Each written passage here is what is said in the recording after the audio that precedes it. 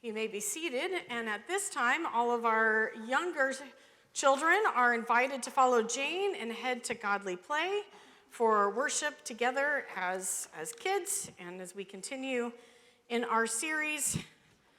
Maybe this might be a little bit more for them to handle at this point. It was funny because when Ren and April had put up the preaching schedule and I was looking at it, I thought, wow, who is the unfortunate person who gets to do sadness to joy? I guess that was me. That was not the intention. Obviously, Ren and Aaron are enjoying life with their new little bundle of joy, and was not anticipating not being here, so I get the joy of doing this. So today we are journeying, like I said, on this part of the St. Francis's prayer, where there is sadness, bring joy. We are looking at the Gospel of John, chapter 16, and this is kind of in the important part of Jesus' discourse before he ultimately goes to the cross. So in this kind of several passages, really starting from John 13 until the time of his trial, Jesus is at the supper with his disciples, and he is discussing various different things that he wants his disciples to know and understand in their heart of hearts before ultimately his death and resurrection. And so this passage is part of this long discourse, this long teaching that Jesus has with his disciples. And he really, truly is trying to prepare them for the moment that he will no longer be with them. So hear these words of Holy Scripture from chapter 16, beginning at verse 16. Jesus says, "A little while, and you will no longer see me.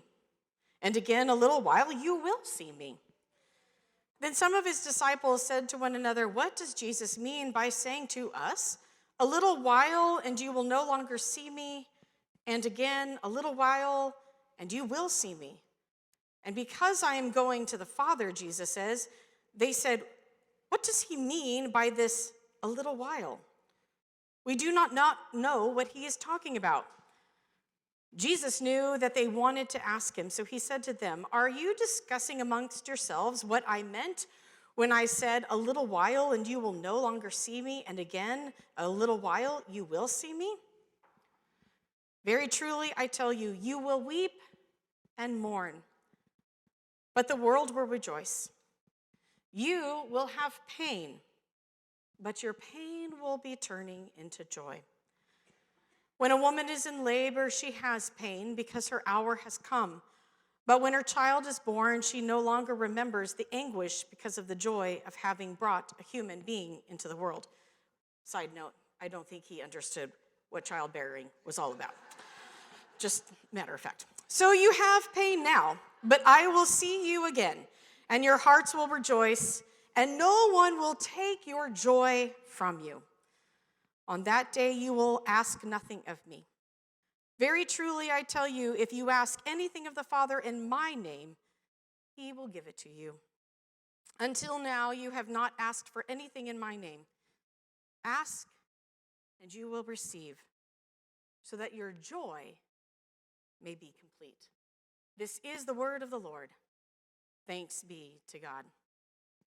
Sadness is a part of life. We all experience sadness at least once in our life, if not multiple times throughout life in reality. We are sad when we graduate from school and move on to college or to trade schools or to work, saying goodbye to our childhood friends. We are sad when we lose a pet. Dodger fans might be sad right now, but the Giants are rejoicing. We are sad when we watch a Hallmark movie, or maybe that's just me. We are sad when we lose a job, or we switch a job, or we say goodbye to friends in a job that we have known for a while. We may be mixed with emotions when we go and see a childhood home and remember the good times and maybe the hard times we had when we lived there. We are sad when we lose a loved one or a very dear friend. We are sad when we see the news and hear of senseless death, the death of a child, another mass shooting, the murder of a family, or war or violence, or places where children are hungry.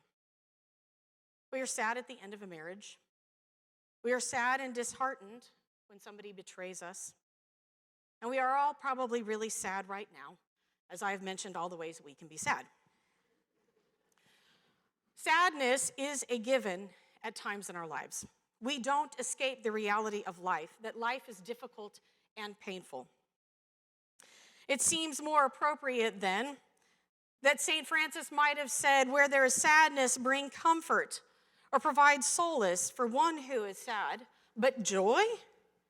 Joy seems like the most impossible task, because sadness is like an empty room filled with the weight of gloom. Everything seems somewhat dark. It can be heavy. And for some, sadness can actually be very isolating.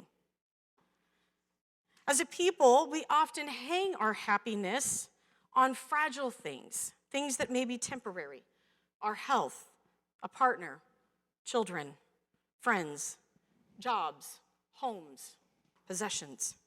And while these things are all good, let me affirm that, and they are all wonderful, and they do bring us happiness, and they can and they should bring us happiness. However, when those things fail, or they break, or they move, or we have a disruption in friendship or fellowship, sadness can set in. In our text this morning, Jesus is preparing the disciples for this overwhelming sorrow that they are about to experience. Jesus will be arrested soon. He will be mocked. He will be crucified. Their friend and companion of 3 years will be gone in an instant. Their world will come crashing down. The disciples had been putting their hopes and their dreams on this revolution that Jesus had really been preaching about, a revolution that was ushering in a new era of hope and a new era of being and a new era of a way of living. So they didn't understand that the revolution really meant that Jesus would have to die and be resurrected in order for that revolution really to happen. They were thinking of a grand revolution of a new king being put on a throne and Jesus being that king. They didn't know that the king had to die. And he's preparing them then for this inevitable sadness that is about to come. But he also brings a word of comfort. He reminds them that their pain will be temporary, for it will turn into joy. You have a pain now, he says, but I will see you again. And your hearts will rejoice, and no one will take your joy from you. Ask and you will receive, and your joy may be complete. Jesus was preparing his disciples for the life ahead without him. They would and did suffer. They mourned and they experienced the sadness and the loss of their friend, and yet in the days of the resurrection, they experienced joy, hope, and peace. St. Francis says, where there is sadness, bring joy. But as a culture, I think we are often ill-equipped to deal with others' sadness. Joy and happiness in our culture are often equated as the same thing. And while I do believe that there are connections between joy and happiness, I do believe that joy is somewhat deeper and isn't always related to an experience or a thing or an object. I'm going to tell a couple little, show a little different sermon illustrations, and hopefully I think we can begin to understand the difference or the nuances between happiness and joy in such a way that we can understand more deeply what St. Francis is saying. We're going to put up a picture right now of, well, hopefully it'll come up. There was a teacher who, in a small school, obviously not here in Fresno, had the entire school blow up balloons and had each student write their name on a balloon. And then she filled the hallway, as you can see, and then said, okay, kids, come out in the hallway, again, not here in Fresno, and said, find your balloon. She set a clock for 5 minutes, and at the end of 5 minutes, no one had found a balloon, right? I mean, the possibility of finding your name, unless you had somebody who had the same name and you happened to find theirs, good luck. Then she said, okay, pick up a balloon that is next to you, and each of the children picked up a balloon that was next to them, and she said, now go find that person and give them their balloon. And in 5 minutes, everyone had their own balloon. And she said, happiness is not something that you can get solely on your own, but happiness is something you can share with others. And while I agree with her in some extent, I do believe that this is where part of the nuance of happiness and joy is different. Because happiness can be and is often related to external things. Again, family, friends, possession, things, food, experiences. You can have, though, those moments where you are by yourself and truly happy. If you are an introvert, walking in the forest by yourself is like the best day ever. Let me tell you. And that is happiness. However, again, it's still an external kind of opportunity. Joy, though, is something deeper, rooted in Jesus, rooted in something not related only to external things. The next illustration is by Kent, gentleman Kent, and I'm blanking on his name because I've lost it. Kent Nurburn's book, Make Me an Instrument of Peace. And he shares a story about when he was a taxi driver. One night he was called to an industrial part of the town that was run down and was kind of known as the rough neighborhood. He describes it in the book that most taxi drivers, when entering in this neighborhood, would honk once and drive away quickly if the person wasn't right there. But on this particular evening, for whatever reason, he felt safe and comfortable. And so he describes that sometimes when he would be a taxi driver, he would take the extra step and, if somebody had called him, he would go and knock on a door and try to get the person's attention whom he was picking up. So on this particular evening, he goes into the apartment and he knocks on the door and he hears a frail voice that says, "I'm coming." And then he hears some scuffling noises. And then when the woman opens the door, he sees this woman with a small suitcase and nothing in the apartment. And she says to him, "Will you please take my suitcase to your taxi and just give me a minute?" So he takes the suitcase to the taxi, sits in and waits until she comes in. Then she says to him, "Will you take me through the downtown area?" And where she was going was out of the way of the downtown area. And he said, "Well, that's going to be a more expensive fare." And she turned to him and she said, "That's okay. I am sick. No one is left to care for me. My doctor said that I should go to this hospice home to die."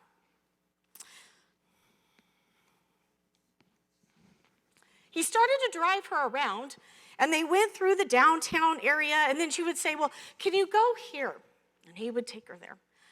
And she didn't talk very much, she said, but she would, they'd pull up next to the building, and she would sit there for a moment, she would stare, and then every once in a while she'd say, "Oh, I remember my friend. Oh, I remember this." And she would share a little bit about her life. After several hours of driving around the city, she said, "I'm done. I'm tired." So he takes her to the home that she was going to. And of course, the attendants are there waiting for her and probably wondering why it had taken 4 or 5 hours to get from where she was supposed to be to this home. And so she turns to him and she says, "How much do I owe you?" And he says, "Nothing." She says, "Well, you have a family to feed." And he says, "There's more fares." And she says to him, as she's getting out of the car, "Thank you for giving me joy." That is the nuance. Though this woman knew that she was ending her life, that she was alone, that she had no one else in her world, she had a moment of joy with a stranger as he drove her around the entire community that she had grown up, because in that moment, she remembered her life. She remembered the value of her life. She remembered her friends and her family and her loved ones. She remembered the job that had brought her joy and happiness as a child. She remembered the streets that she had played on. And in a moment, she had profound joy. Bring joy. Joy is not always happiness. Joy is often elusive. But joy is something that is developed throughout the years as we learn about Jesus, as we learn about the God's abundant grace and mercy that is in our lives. Joy can and often does endure hardships and trials, and it connects us to meaning and purpose. Joy can be found in the meaningful things of life, even in the difficulties. The woman in the cab found joy as she reflected on her life, remembering those whom she had loved and lost. She found joy in reminiscing about the childhood and the work that she had done. In the scriptures, the Greek words for grace and joy share the same root. In other words, joy may very well be a feeling of grace, the emotion of grace. It's a feeling of experience of the abundant grace and mercy because of who Jesus Christ is and because of our faith. The good news of the gospel is that God is not only a just and good God, God is a God of hope and peace and joy. We pursue happiness as temporary fixes, maybe to help us deal with life when it is struggling and we are trying to find purpose and meaning. Joy is that quiet, deep assurance that we are loved and known by God, and that all the external things that we feel will never change how we are loved and known by God. Have you ever known somebody who has such a radiant joy even though their life seems to be one hard knock after another? That's because joy is not based upon solely external things to provide us with a temporary feeling. Joy is that quiet assurance that Jesus Christ gave his life for us that we might have life in abundance and we might be able to share that life in abundance with others.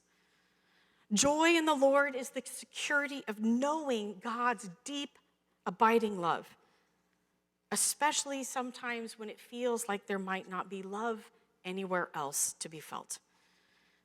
Joy is the hope that even in the darkest places of separation, God's abiding love and promises are always present.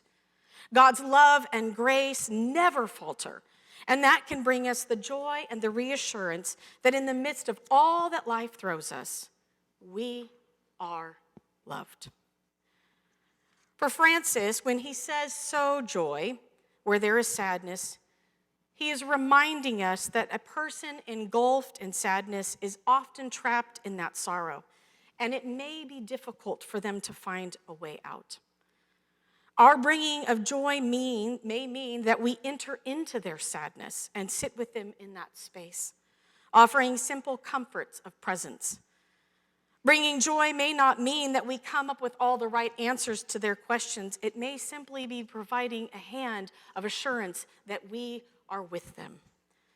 Our bringing joy may be providing space for someone to not have to worry about the day in and day out kinds of things when they are dealing with grief. Sowing joy doesn't mean that we have to do big and grandiose gestures for people. It may simply mean coming and sitting and being okay in the silence while someone walks through their sadness. This passage that we read is meant to remind us that yes, pain and suffering are here, but they are temporary when we are comparing it to the blessings offered by the life and hope that we have in Jesus Christ. Joy comes from a life where we have seen the grace of Jesus speak hope into those places of hurt and sorrow. Bringing joy can be small acts of kindness and grace offered unconditionally, without any expectation of anything in return. Bringing joy may mean that whatever we do might eliminate another's sadness temporarily, but in that moment, you have given a gift to that one who is walking in sadness. We each have gifts and talents and passions and special abilities that can reach people in different ways. So when St. Francis says, where there is sadness, bring joy, I think really it's an invitation. It's an invitation for us to consider the ways that we have been gifted, the ways that God calls us to bring moments of hope and joy into other people's lives. How might our gifts, our passions, our talents, our abilities speak to one who is walking in sadness? We may never know. We are called, though, to offer our gifts to the world, that God may use them to bring joy where there is sadness. Let us pray together.